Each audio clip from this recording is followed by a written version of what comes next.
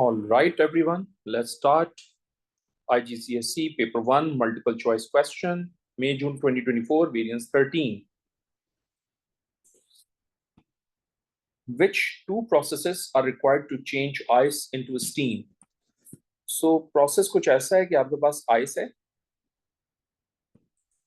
तो सबसे पहले ये कन्वर्ट होगा लिक्विड में,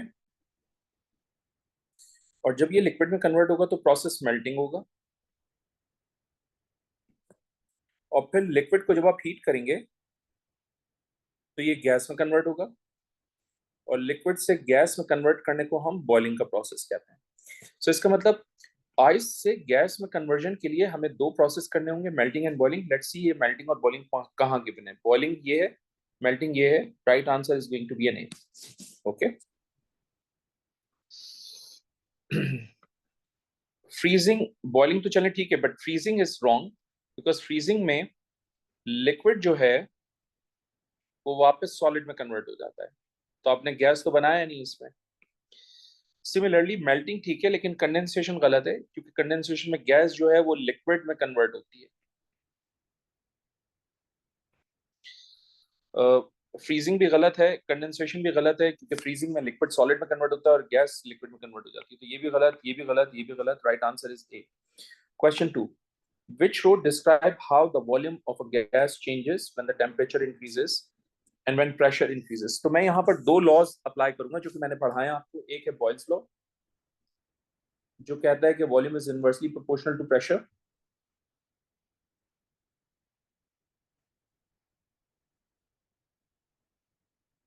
और दूसरा है चार्ल्स लॉ, जो कि कहता है volume is directly proportional to temperature. ये दोनों लॉज हमने क्लास में डिस्कस किए। सो अगर एग्जामिनर टेम्परेचर इंक्रीज कर रहा है तो according to this law volume भी इंक्रीज होगा। सो ये वॉल्यूम इंक्रीज हो गया,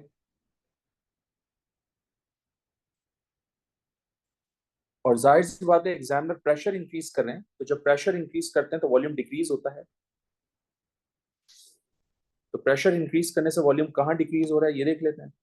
सो वॉल्यूम यहाँ डिक्रीज हो रहा है, वॉल्यूम यहाँ डिक्रीज हो रहा है। Right answer is going to be C. Question 3, 4 substances in a mixture are listed. Which statement describe the mixture? आप नोट करें, ये भी और ये भी, ये कंपाउंड्स हैं, ये भी कंपाउंड है, लेकिन आप नोट करें ये एलिमेंट की डेफिनेशन को फॉलो कर रहा है। राइट, सो ये तीनों कंपाउंड की डेफिनेशन को फॉलो कर रहे हैं, ये एलिमेंट की डेफिनेशन को फॉलो कर रहे हैं। तो right answer is going to be B. Question number 4, an ion is represented by the symbol। इस आयन का एटॉमिक नंबर 8 है, which means it has 8 protons, and also it should have 8 electrons, but that 2 minus charge indicates that it has 10 electrons। इसका nucleon number 18 है, तो 18 minus 8 करेंगे तो हमारे पास 10 neutron आएगा। वो कह रहे हैं which statement about this ion are correct? The ion has 8 electrons। नहीं जी, ion has 8 protons, so first statement is wrong। Then ion contain 10 neutrons, that's right। Then ion contain 8 protons, that's also right। The right answer is going to be D, because second and third option are correct, right? What is the meaning of the term nucleon number? Nucleon number मैंने आपको बताया था, sum of proton and neutron in the nucleus।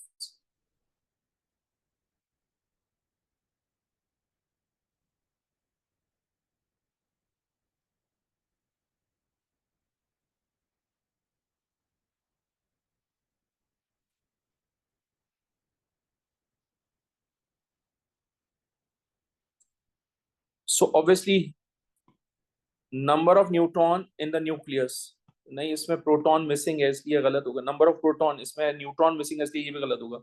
Total number of protons and electrons is absolutely incorrect. So right answer is going to be D, because it is a sum of proton and neutron in the nucleus of an atom। That's an easy question, guys. मुश्किल नहीं है ये। Which row describes the electrical conductivity of covalent and ionic compounds when solid and molten? By the way, Ionic compounds cannot conduct electricity in solid state, that's right, but they do conduct electricity in molten state, that's right. Covalent compound ना electricity conduct करते हैं, ना molten में conduct करते हैं, ना aqueous में conduct करते हैं, तो right answer is going to be an A.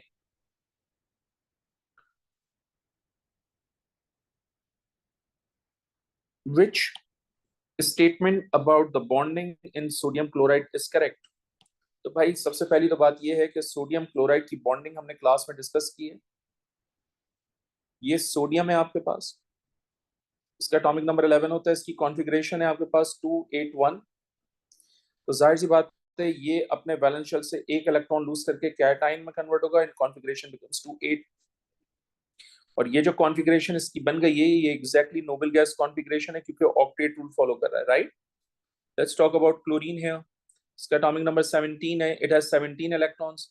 So configuration is 287. When it will gain 1 electron, so its configuration becomes 2, 8 and 8. ये जो configuration है ये भी noble gas से related हो गई है. Now the question is ये configuration neon को follow कर रही है क्योंकि इसका atomic number 10 है, और ये configuration जो है वो argon को follow कर रही है क्योंकि इसका atomic number 18 है. Okay, so options start करते हैं. Sodium and chlorine atom shared pair of electrons. Shared pair of electrons covalent bonding में होता है, जबकि bonding in sodium chloride is ionic, which means option A is incorrect. Chlorine atom gives electrons. Chlorine एक non metal है, ये electron कभी भी give नहीं करेगा, डोनेट नहीं करेगा, इट टेक्निकली गेन इलेक्ट्रॉन, तो ये भी गलत. There is a covalent bonding between sodium and chlorine. So, ये जो आपसे कह रहे हैं covalent bonding, it is absolutely incorrect because ionic bonding होती है between metal and non metal. So right answer obviously is going to be D. और D क्यों है? The positive and negative ions both have stable noble gas configuration. तो देखें इस cation की भी नोबल गैस है, इस एनायन की भी नोबल गैस है, right.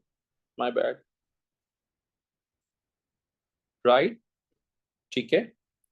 I hope it makes sense to you. Okay, question number 8. The diagram shows the arrangement of carbon atoms in giant covalent structure. By the way, ये covalent structure अभी मैंने variance 12 में आपको explain किया था, और ये represent करता है diamond को. Let's talk about the option. Okay, diamond है तो बेटा ये diamond हो जाएगा, graphite भी गलत, ये भी गलत, इसका मतलब C और D option absolutely incorrect. Diamond जो है वो electricity conduct नहीं करता क्योंकि इसके पास valence free mobile electrons नहीं होते. Can't conduct electricity.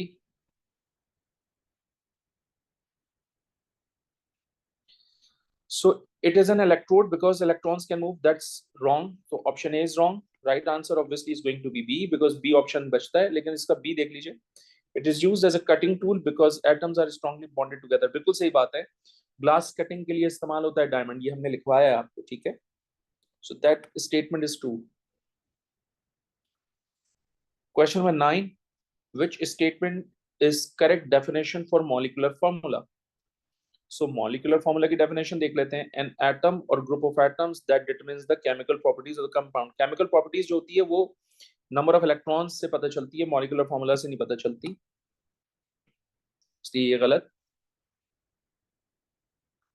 Then फिर हमारे पास a structure which shows all the atoms and all the bonds in a compound. So all the atoms and all the bonds always represents displayed formula.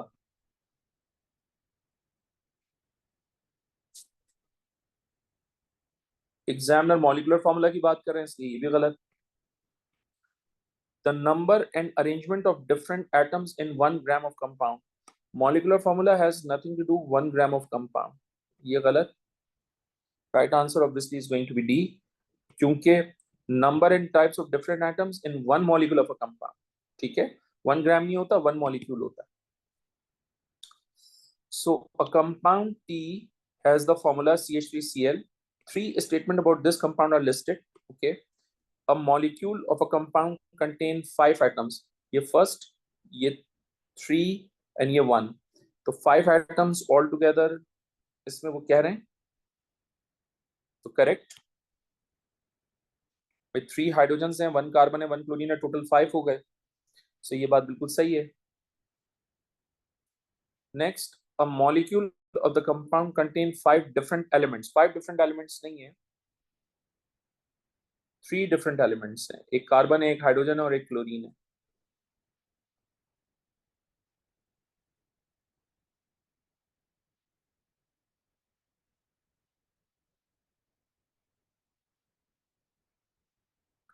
फिर वो पूछ रहे हैं आपसे molecular mass of the compound is 50.5।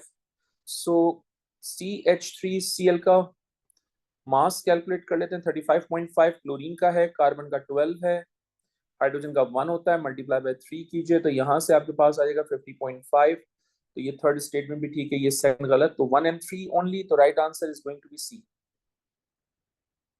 Question 11, iron water taps are often electroplated with layer of chromium. Okay, तो मैं chromium की plating कर रहा हूं। Which statement explain why iron water taps are electroplate?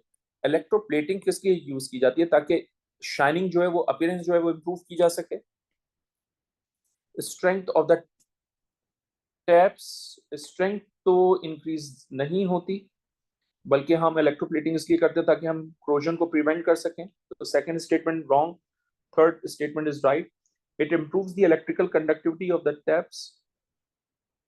अगर भाई आयरन वाटर टैप्स हैं और वाटर उसमें से फ्लो कर रहा है तो इलेक्ट्रिकल कंडक्टिविटी तो नहीं कर सकते ना हम, तो मुनासिब ही नहीं होगी ये बात। तो 1 and 3 only, so I believe right answer is going to be in A, air.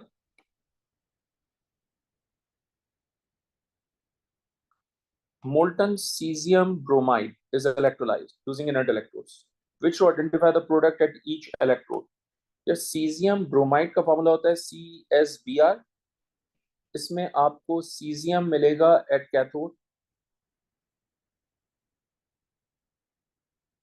और ब्रोमीन मिलेगा at anode.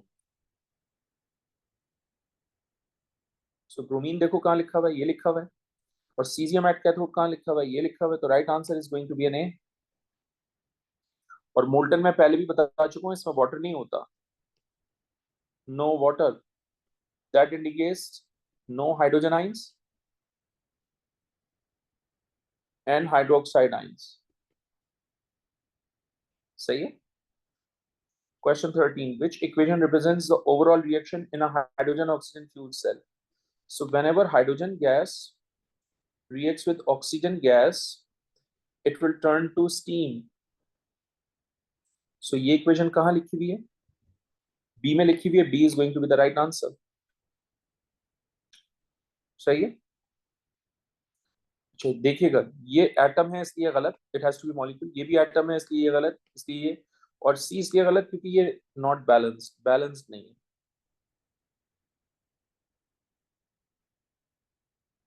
Question 14, which statement about endothermic reactions are correct? Endothermic reactions में energy of product is greater than that of reactant, that's true। energy profile diagram में ऐसे ही होता है। energy of reactant is greater than that of energy of product, ये exothermic reaction को represent करता है। examiner is looking for endothermic, तो ये statement गलत हो गया। the temperature of the surrounding increases during the reaction, that's again incorrect, क्योंकि temperature of the surrounding increase हो रही है, इसका मतलब जो कंटेनर है वो वार्मर होगा, वो भी एक्सोथर्मिक को रिप्रेजेंट करेगा।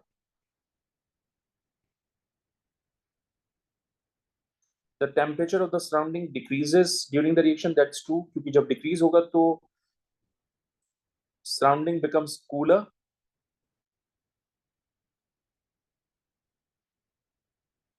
तो ये भी ठीक है, ये भी ठीक है। 1 and 4, right answer is going to be B. Question number 14 B. Question 15, which process is a physical change? मैंने पहले भी कहा है कि फिजिकल चेंज में कोई स्टेट चेंज होती है, कोई केमिकल रिएक्शन नहीं होता। सो ये केमिकल रिएक्शन है, क्योंकि फायरवर्क्स होगा तो एक्सप्लोजन होगा, तो जाहिर सी बात है केमिकल रिएक्शन तो हो रहा है क्योंकि ऑक्सीजन इन्वॉल्व होगी, तो ये गलत हो गया आपका। बर्निंग वुड कार्बन वुड को बर्न करोगे तो जाहिर सी बात है कार्बन डाइऑक्साइड वाटर निकलेगा, तो ये भी एक केमिकल रिएक्शन है, ये भी गलत।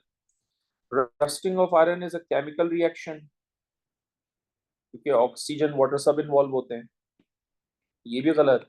Right answer obviously is C, because chocolate को अगर मेल्ट करोगे तो चॉकलेट, लेट सपोज ये चॉकलेट है,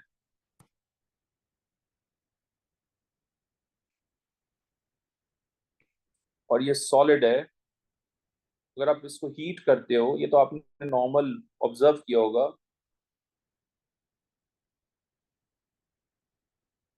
तो वो लिक्विड में कन्वर्ट हो जाती है। आप चॉकलेट को रूम टेम्परेचर पे छोड़ दीजिए, वो वैसे ही लिक्विड में कन्वर्ट हो जाती है। तो आप नोट करें, चॉकलेट विल रिमेन चॉकलेट, कोई चेंज नहीं आ रहा है इसमें न्यू, लेकिन स्टेट चेंज हो रही है, इसलिए ये फिजिकल चेंज है। Okay. Magnesium reacts with dilute hydrochloric acid to produce hydrogen gas. That's true. Which identifies the reaction conditions to give the fastest rate of reaction? भैया एग्जामिनर हमसे कह रहे हैं फास्टेस्ट रेट, तो फास्टेस्ट रेट तो उसी वक्त होगा ना जब आप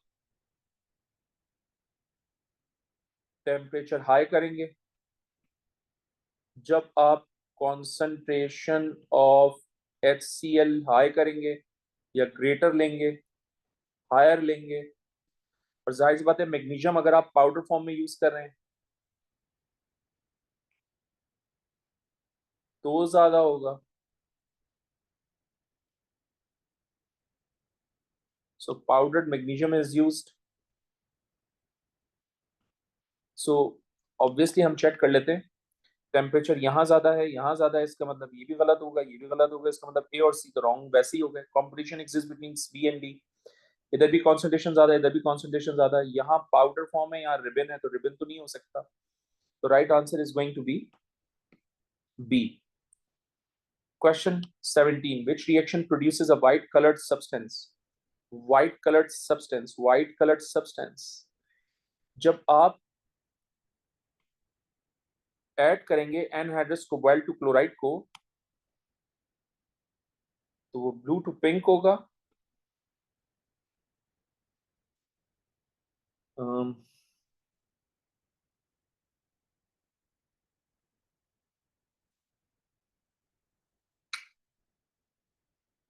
सही है, तो ये गलत, क्योंकि व्हाइट तो नहीं हो रहा। एडिंग वाटर, तो ये व्हाइट से ब्लू हो जाएगा, हमें व्हाइट चाहिए, ये भी गलत। Heating hydrated cobalt two chloride, तो वाटर रिमूव हो जाएगा तो ब्लू हो जाएगा, pink to blue.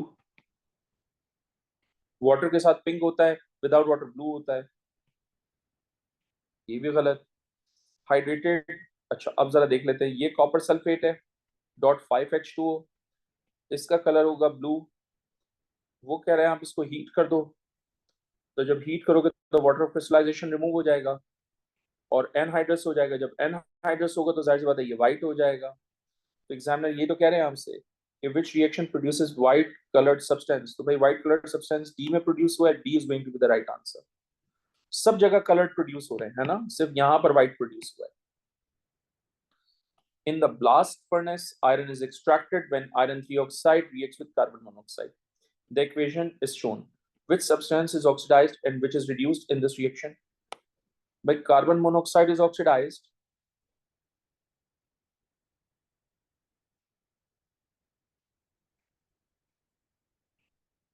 and iron 3 oxide is reduced.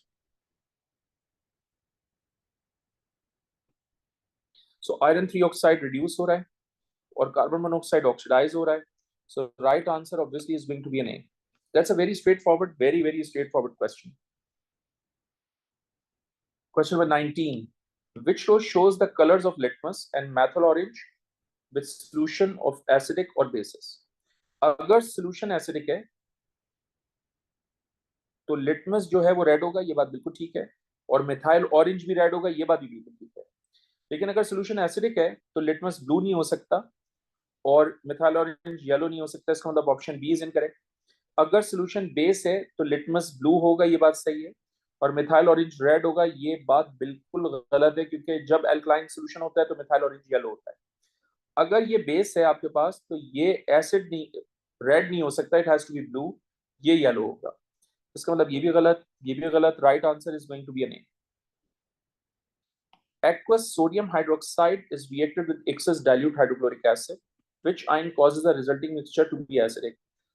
यार आप सब जानते हैं कि NaOH और HCl का रिएक्शन होगा तो सोडियम क्लोराइड और वाटर बना लेगा। So ये जो सोडियम क्लोराइड है ये फुली कंज्यूम हो जाएगा क्योंकि लिमिटिंग रिएक्टेंट है।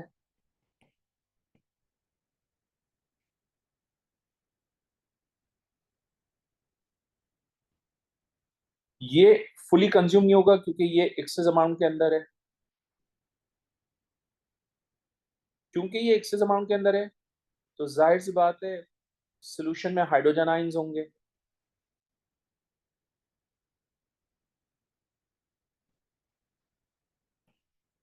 और जब सोल्यूशन में हाइड्रोजन आयंस होंगे तो सोल्यूशन क्या हो जाएगा, एसिडिक। सो वो यही तो कह रहे हैं कि बताओ कौन सा ऐसा आयन है जो कि सोल्यूशन को एसिडिक बना रहा होगा। तो वो हाइड्रोजन आयन सोल्यूशन को एसिडिक बना रहा होगा, which is why B is going to be the right answer. और हाइड्रोजन आयन इसलिए एसिडिक बना रहा है क्योंकि HCl एक्सेस के अंदर है। Okay, universal indicator is added to an aqueous solution of oxide X। The indicator changes colour from green to red. पहली बात तो ये कि अगर ग्रीन कलर है उसका तो ये कलर यूनिवर्सल इंडिकेटर का न्यूट्रल फॉर्म में आता है, न्यूट्रल में आता है। अगर रेड है तो इसका मतलब एसिडिक है, और अगर वॉयलेट है तो इसका मतलब एल्कली है, यानी एल्कलाइन है। और यही मैंने पढ़ाया आपको, सही है। तो जाहिर सी बात है ये बेसिक ऑक्साइड है। सो ये टेक्निकली आपको देखा वॉयलेट कलर, जबकि एग्जामिनर कह रहे हैं कि ग्रीन टू रेड है। ये भी आपके पास बेसिक ऑक्साइड है, ये भी आपको वॉयलेट कलर देगा, रेड नहीं देगा, ये भी गलत। ये भी आपके पास बेसिक ऑक्साइड है, ये भी आपको वॉयलेट कलर देगा, रेड नहीं देगा, ये भी गलत। लेकिन obviously B is going to be the right answer, because nitrogen dioxide जो है वो एक एसिडिक ऑक्साइड है, और इसका जो सोल्यूशन होगा वो भी एसिडिक होगा। और एसिडिक सोल्यूशन में यूनिवर्सल इंडिकेटर का कलर रेड होता है, ठीक है। So right answer is going to be D. Question 22, which row identifies two aqueous salt which react together to produce a precipitate? Precipitation reaction के लिए दो सॉल्युबल सॉल्ट का आपस में रिएक्शन करना जरूरी है। ये भी सॉल्युबल है, ये भी सॉल्युबल है, तो इसका मतलब फर्स्ट स्टेटमेंट इज राइट। यहां से आपको बेरियम सल्फेट के प्रेसिपिटेट्स मिल जाएंगे।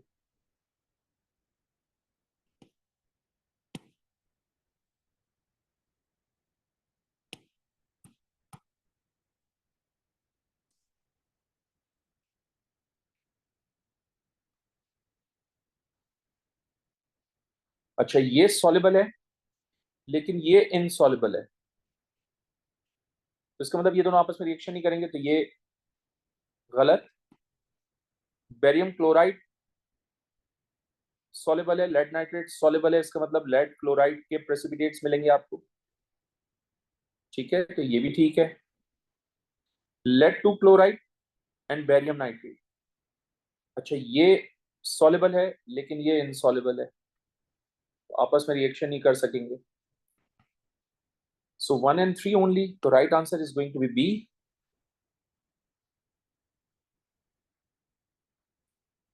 Question 23, which statement about elements in periodic table are correct? Elements in the same group have the same number of electrons, that's true, in the outer shell, that's true. First statement is right. Second, elements in the same period have same number of occupied electron shell, that's also true, क्योंकि जो period number होता है वो total number of shells को represent करता है। Elements are arranged in order of their atomic masses. Okay, arranged in order of their atomic masses. Atomic masses नहीं है, atomic number है। एलिमेंट्स की arrangement on the basis of atomic number, atomic mass नहीं है तो ये गलत। Every period contain 8 elements. ओ भाई एवरी पीरियड कंटेन 8 एलिमेंट्स, नहीं जी नहीं, गलत। क्योंकि जो पीरियड 1 है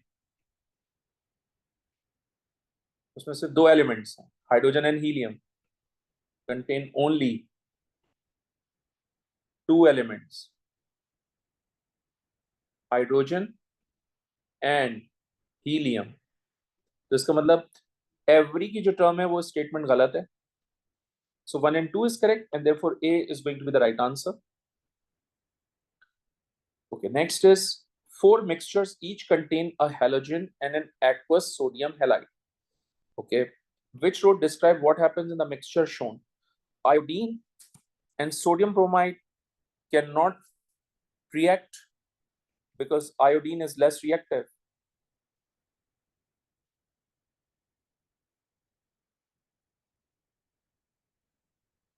Option A is incorrect. Bromine and sodium chloride, ये भी reaction नहीं होगा because bromine is less reactive.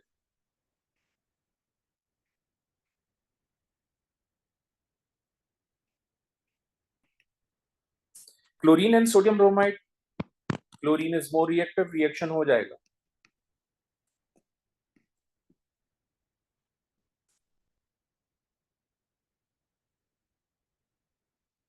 Bromine and sodium iodide, reaction हो जाएगा because bromine is more reactive than iodine.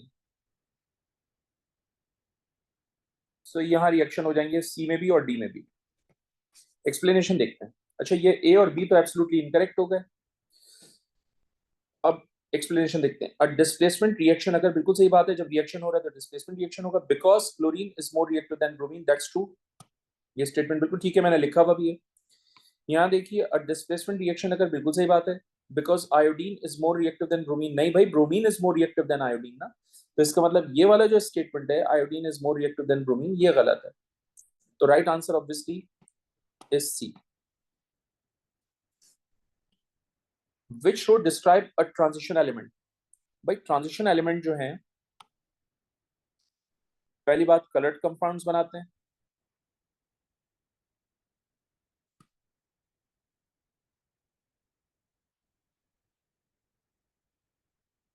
So coloured compound ये है, कलर्ड कंपाउंड ये है, तो ये भी गलत, ये भी गलत. और तमाम ट्रांजिशन एलिमेंट्स की हाई डेंसिटी होती है. सो डेंसिटी इसकी हाई है, इसकी भी हाई है. Right answer is going to be obviously C. Question 26. Which statement about the use of metal is correct? Aluminum has a high strength and high density. High density नहीं होती, lighter होता है, lighter होता है, which is why aircraft बनाने में इस्तेमाल होता है. तो option is incorrect. Copper has low melting point. भाई copper is a transition element, melting point low नहीं होता, मेल्टिंग पॉइंट हाई होता है. सही है, मेल्टिंग पॉइंट हाई होता है, तो इसका मतलब ये भी गलत. फिर आपके पास aluminium is resistant to corrosion, बिल्कुल सही बात है, and so it is used in food container. Right right right. Option C is going to be the correct answer.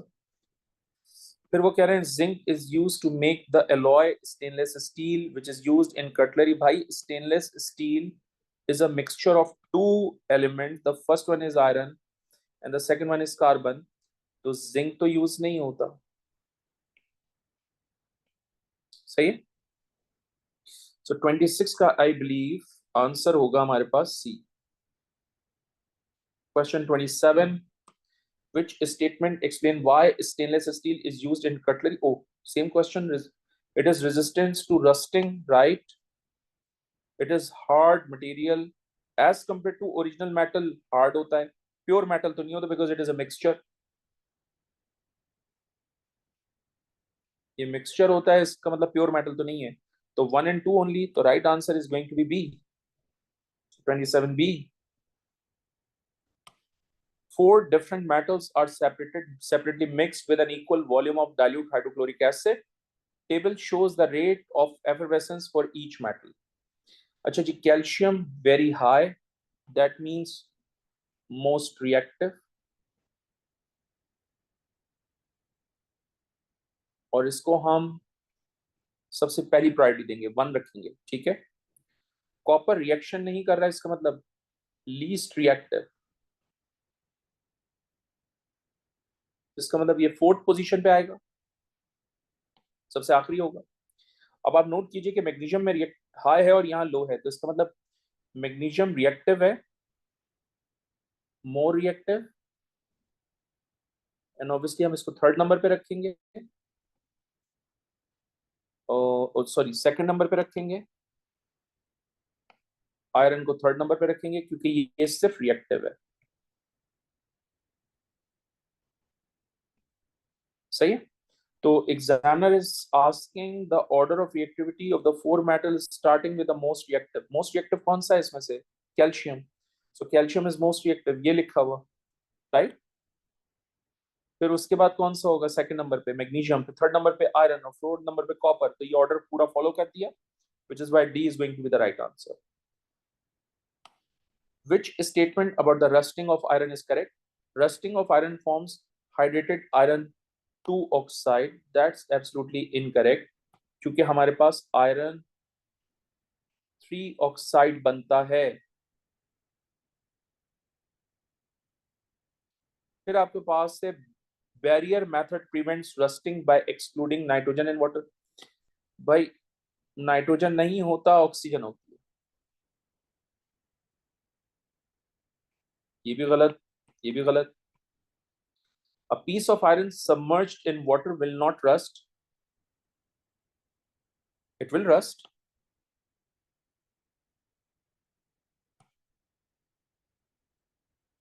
Will rust, obviously. So right answer is going to be D. Check करते हैं D में क्या है। Coating with plastic is a barrier method that prevents iron rusting. बिल्कुल सही बात है, मैंने कोटिंग आपके साथ शेयर की थी कि प्लास्टिक की अगर करेंगे आप तो फिर रस्टिंग ऑफ आयरन नहीं होगा, ठीक है। आयरन की जो रस्टिंग होती है वो वाटर और ऑक्सीजन की प्रेजेंस में होती है। Water is there, obviously rusting हो जाएगी, ठीक है। Question 30। Water is extracted from a river for use in a domestic water supply. Some treatments for domestic water are listed. The first one is chlorination to kill microbes and bacteria, sedimentation and filtration to remove solid particles,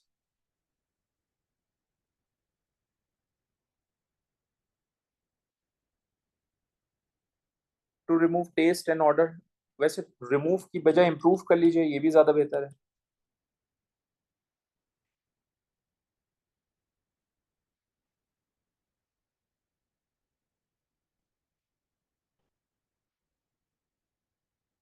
ठीक है। Which statement about these treatments is correct? Filtration is used to remove soluble substances. नहीं, अगर filtration है तो जाहिर सी बात है soluble substances तो नहीं होगा ना, insoluble होगा, तो ये insoluble substance है।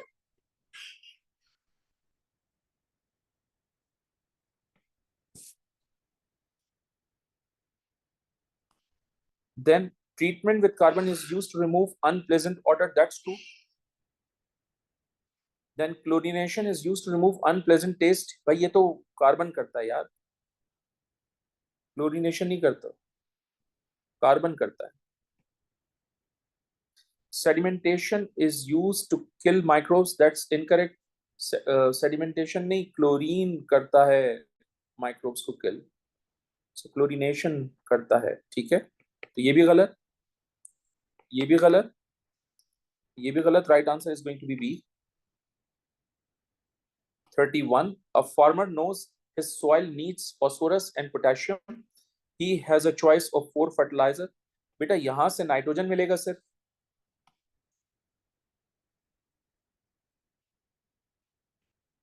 ओनली नाइट्रोजन, जबकि मुझे फास्फोरस और पोटेशियम चाहिए, तो ये गलत।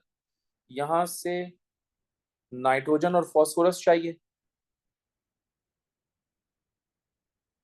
यहाँ से नाइट्रोजन और फॉस्फोरस मिलेगा तो ये भी गलत, क्योंकि मुझे तो पोटेशियम एंड फॉस्फोरस चाहिए। यहाँ से पोटेशियम और नाइट्रोजन है,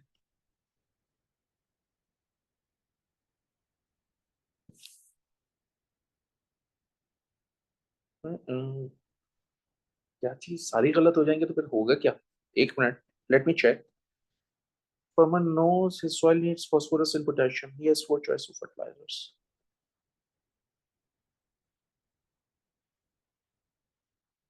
Oh, my bad. Hold on.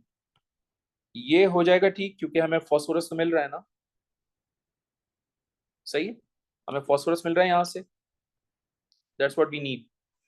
और यहाँ से हमें क्या मिल रहा है? Potassium and nitrogen. तो इसका मतलब आई नीड पोटेशियम, मुझे इस फर्टिलाइजर से पोटेशियम मिल रहा है, ये भी ठीक है। यहाँ से क्या मिलेगा? Only nitrogen. सो टेक्निकली मुझे दो एलिमेंट्स चाहिए, पोटेशियम और फॉस्फोरस, और वो मुझे सेकंड और थर्ड से मिल रहे हैं। So which means second and third is the correct option. C is going to be the right answer. Okay. 32. Which strategies are useful in reducing the production of acid rain? Acid rain की production को reduce करना चाहते हैं हम, और उसके लिए जरूरी है कि हम catalytic converters यूज करें, हम लो सल्फर फ्यूल्स यूज करें। अच्छा जी, प्लांटेशन ट्री गलत है, इसलिए क्योंकि ये ग्लोबल वार्मिंग को रिड्यूस करता है। रिड्यूसेस लाइव स्टॉक फार्मिंग तो पॉसिबल ही नहीं है, क्योंकि अगर फार्मिंग लाइव स्टॉक की कम कर दी तो जाहिर सी बात है फिर डेयरी प्रोडक्ट्स का क्या होगा, फिर वो कैसे फुलफिल होंगी। तो इसका मतलब सेकंड भी ठीक है और फोर्थ भी ठीक है, तो right answer is second and fourth, that is D. D is going to be the right answer. Livestock farming तो हम रिड्यूस कर ही नहीं सकते ना, वो तो मुमकिन ही नहीं है। फिर जो डिफरेंट डेयरी प्रोडक्ट्स हमें मिलती हैं वो रिड्यूस हो जाएंगी डेली लाइफ के लिए, which is not possible. Planting trees global warming को रिड्यूस करने के लिए इस्तेमाल होता है, ऐसे ड्रेन के लिए इस्तेमाल नहीं होता। तो 32 I believe is going to be the D option. 33. The structure of four organic compounds are shown. Which compounds are members of the same homologous series? भैया ये है आपके पास एल्केन, क्योंकि सारे के सारे सिंगल बॉन्ड है between the carbon atom, you can see that, right. यहाँ पर डबल बॉन्ड है तो इसका मतलब ये एल्कीन हो गया। यहाँ पर OH है, इसका मतलब ये अल्कोहल हो गया। और यहाँ पर सिंगल बॉन्ड है बिटवीन द कार्बन एटम, इसका मतलब ये भी एल्केन हो गया। सो आप नोट कर रहे हैं, यहाँ डबल बॉन्ड है, ये OH है। So technically, W and Z is going to be the correct answer. W and Z, B is going to be the right answer, क्योंकि ये सेम होमोलोगस सीरीज से बिलोंग करेंगे, दोनों एल्केन है। Which molecular formula represents an alkene? C2H6 is ethane. It is an alkane. ये गलत हो गया। C4H CH4 is alkane, which is methane. ये भी गलत हो गया।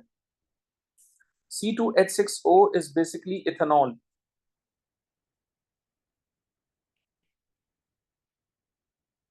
ये अल्कोहल है, ये भी गलत हो गया। तो right answer obviously is going to be D, because D जो है वो C3H6 है, और C3H6 इज बेसिकली प्रोपीन। सो अगर आपको एग्जांपल्स याद है तो आप डायरेक्टली डी पे ही आंसर जंप करें। अच्छा, एग्जामिनर ने ना 2 कार्बन हैं ये लिखा, 3+2+1 6 हाइड्रोजन है और ये ऑक्सीजन है। एग्जामिनर ने इस फॉर्मूले को इस तरह से कंडेंस करके लिखा है। It doesn't make any difference, alright. अच्छा, मुझे कैसे पता चला कि ये अल्कोहल है? मुझे इसलिए पता चला because alcohol contain 1 oxygen atom. तो क्योंकि इसमें 1 ऑक्सीजन था, इसलिए मैंने जज कर लिया कि ये अल्कोहल होगा। ठीक है।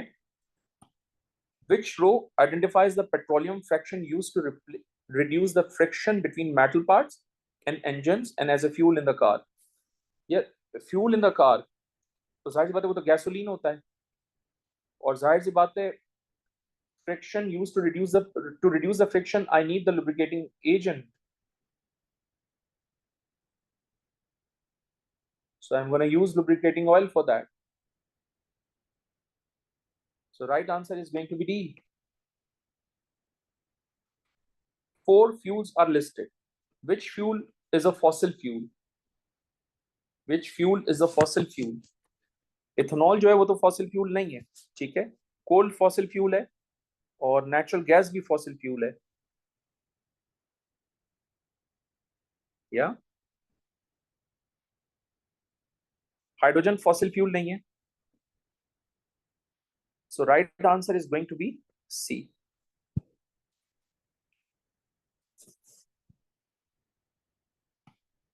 Ethanol is obtained from sugarcane, which is a renewable source of energy.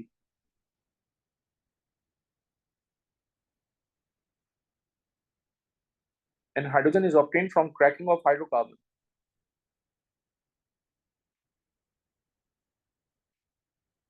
Also from electrolysis.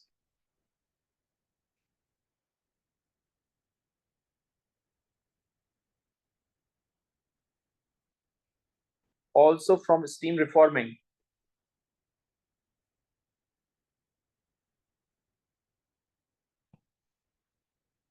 Okay, 36 is going to be obviously C. 37. Aqueous bromine is added to 2 test tube. Excess hexene is added to the 1 test tube. By the way, ये जो hexene है, ये alkene है, और क्योंकि ये alkene है, इसलिए ये unsaturated hydrocarbon है, और क्योंकि ये unsaturated hydrocarbon है, which is why this hydrocarbon decolorizes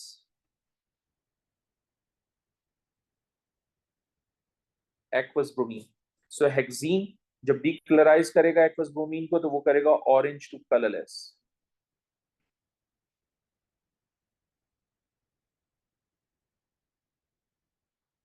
ये भी गलत, ये भी गलत।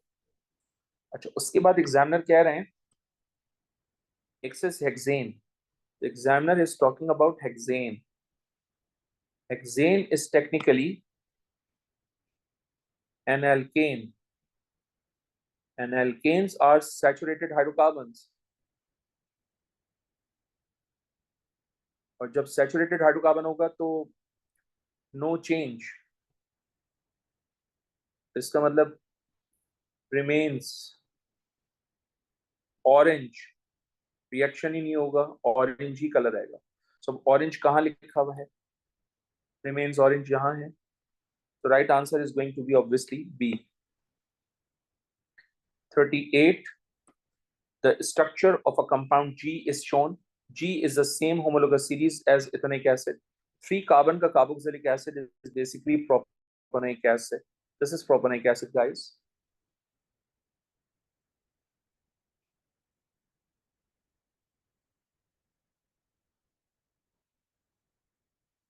Which road describe an aqueous solution of G?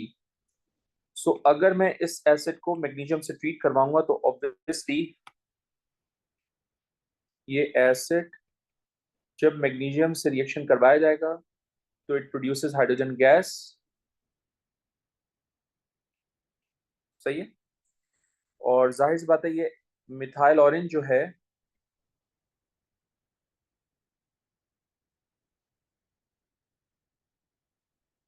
In acid हमेशा रेड होता है, इन एल्कली हमेशा येलो होता है।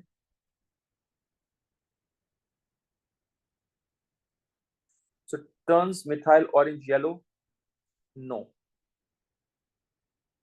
ठीक है। So right answer is obviously going to be C.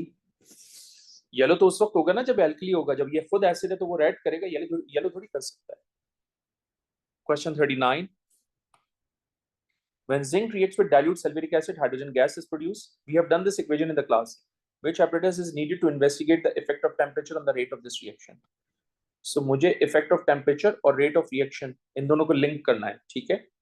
So class में मैंने बताया था आपको कि जाहिर सी बात है आपको इफेक्ट ऑफ टेम्परेचर देखना है, तो उसके लिए आपको थर्मामीटर यूज करना पड़ेगा, और जाहिर सी बात है रेट ऑफ रिएक्शन डिटरमिन करने के लिए आपको टाइम मेजर करना पड़ेगा, उसके लिए you need stop watch also. और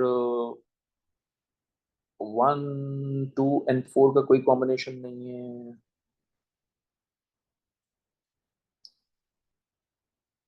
और हाइड्रोजन गैस प्रोड्यूस हो रही है, तो ऑब्वियसली इस हाइड्रोजन गैस को कलेक्ट करने के लिए I am gonna use gas range. So volume of gas, volume कितना कलेक्ट हुआ है गैस रेंज में, उसके थ्रू भी रेट ऑफ रिएक्शन मान, इफेक्ट ऑफ टेम्परेचर कह रहे हैं. लेकिन 1 2 4 ये तीनों ठीक है, 1 2 4 तीनों ठीक है, 1 एंड 2 भी ठीक है, 1 एंड 4 भी ठीक है. आई थिंक 1 एंड 2 पे जाऊंगा मैं, बिकॉज टेम्परेचर के लिए you need to core apparatus. Volume of gas range जो है गैस को कलेक्ट करने के लिए तो इस्तेमाल होगा, लेकिन कैन कलेक्ट द गैस, लेकिन इससे इफेक्ट ऑफ टेम्परेचर डिटरमिन नहीं होगा.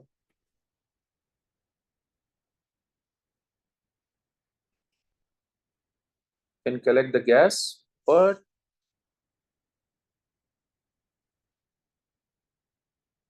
इफेक्ट ऑफ टेम्परेचर नहीं होगा. क्योंकि अगर मैं 1 भी लूं, 2 भी लूं, 4 भी लूं, तो 1 1 और 4 का भी कॉम्बिनेशन है मेरे पास, 2 और 4 का भी, बट 2 और 4 का कोई कॉम्बिनेशन नहीं है. सही है ना? 1 और 4 है, 1 और 2 है, तो ज्यादा बेस्ट जो है वो 1 एंड 2 है, क्योंकि टेम्परेचर, इफेक्ट ऑफ टेम्परेचर की बात कर रहे हैं एग्जाम में. सही है. आई रिपीट, 1 भी ठीक है, 2 भी ठीक है, और मेरी नजर में 4 भी ठीक है, बिकॉज जितना गैस क्विकली कलेक्ट होगी, रेट ऑफ रिएक्शन उतना ही ज्यादा होगा, एंड ऑब्वियसली टेम्परेचर भी उसी हिसाब से ज्यादा होगा. सही है. तो 1 2 4 बिल्कुल सही है, लेकिन मसला ये है कि 1 और 4 का भी कॉम्बिनेशन है, 1 और 2 का भी कॉम्बिनेशन है, लेकिन 2 और 4 का कोई कॉम्बिनेशन नहीं है, तो ये दोनों तो गलत हो गए. अब मसला ये है कि 1 और 4 का तो कॉम्बिनेशन है, लेकिन 2 भी तो जरूरी है ना, बिकॉज आपको रेट निकालने के लिए स्टॉप वॉच चाहिए होती है, तो मैं स्टॉप वॉच को इग्नोर नहीं कर सकता हूँ. So I will go with these two apparatuses rather than gas range, because gas range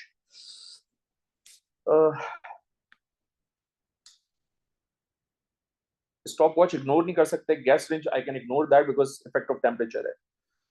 काफी वेट सा क्वेश्चन लगा मुझे ये. 2 test are carried out on substance Z, a flame test produces red flame. ओ भाई, रेड फ्लेम जो है वो दो चीजों के होते हैं. एक कैल्शियम आयन का रेड फ्लेम होता है, और एक लिथियम आयन का रेड फ्लेम होता है. सो ये लिथियम आयन गिवन है, तो ये भी गलत, ये भी गलत, क्योंकि सोडियम का तो होगा नहीं है. फिर उसके बाद वो कह रहे हैं Z is dissolved in water and dilute nitric acid is added, followed by aqueous silver nitrate, yellow precipitate is produced. भैया, जब येलो प्रेसिपिटेट प्रोड्यूस कर रहा है, तो इसका मतलब iodide ions present. So iodide ion यहां पर है, आयोडाइड आयन यहां पर है, तो right answer is going to be obviously B. That's the end of this paper, guys. Thank you very much.